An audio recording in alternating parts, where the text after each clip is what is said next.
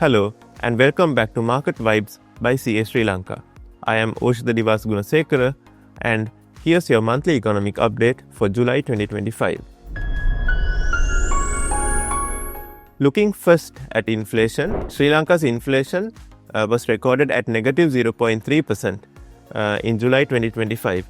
Deflationary conditions persisted, although deflationary conditions continued to ease compared to June 2025, where it was recorded at 0.6%. Inflation on a month-on-month basis picked up mainly due to the rise in non-food prices, which was driven by the electricity tariff hikes.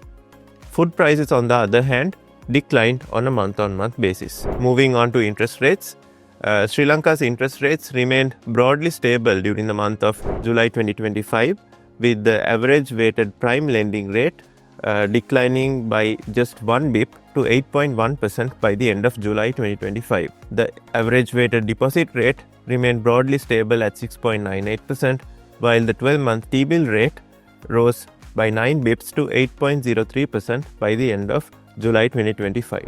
Looking at private sector credit growth, the credit given to the private sector grew by 18% on a year-on-year basis and 1.6% on a month-on-month basis in June 2025 to reach 8.64 trillion rupees.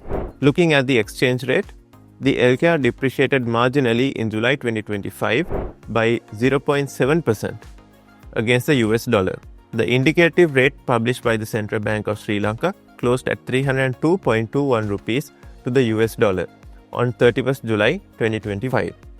The 𝗟𝗃 currently trades at 300.93 rupees to the USD. Looking at the gross official reserve position, Sri Lanka's gross official reserves improved to $6.14 billion by the end of July 2025, which was a 1% growth on a month-on-month basis. The central bank remained a net buyer of foreign currency from the market with $82 million in net purchases during the month. Looking at external trade, Sri Lanka's export earnings improved by 6% on a year-on-year basis to $1,142 million in June 2025.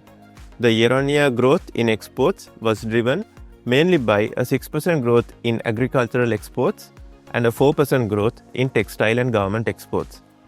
On the other hand, imports increased by a faster 16% year-on-year pace to $1,447 million in June 2025. This was mainly due to a 70% growth in consumer goods imports on a year-on-year basis, whilst investment goods imports increased by 12%. Majority of the consumer goods imports was driven by the growth in personal vehicle imports. The trade account deficit expanded by 46% on a year-on-year basis to $540 million in the month of June 2025. Looking at tourist arrivals, this improved by 7% compared to the last year in July 2025, with 200,000 and 244 persons arriving in the country during the month. The daily average arrivals during the month of July was recorded at 6,460 persons. Looking at August so far, during the first 10 days, there have been 77,482 tourists visiting Sri Lanka, with the daily average arrival rate increasing to 7,748 persons.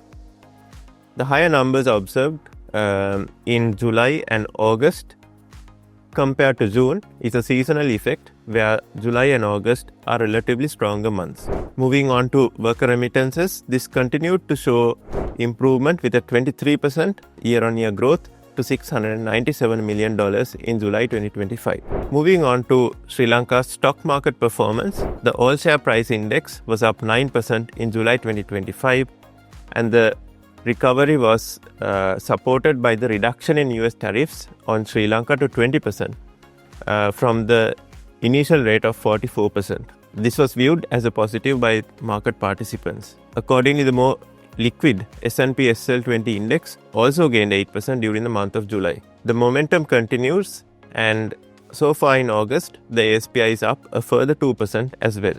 And with that, we will conclude this month's Market Vibes session. Thank you.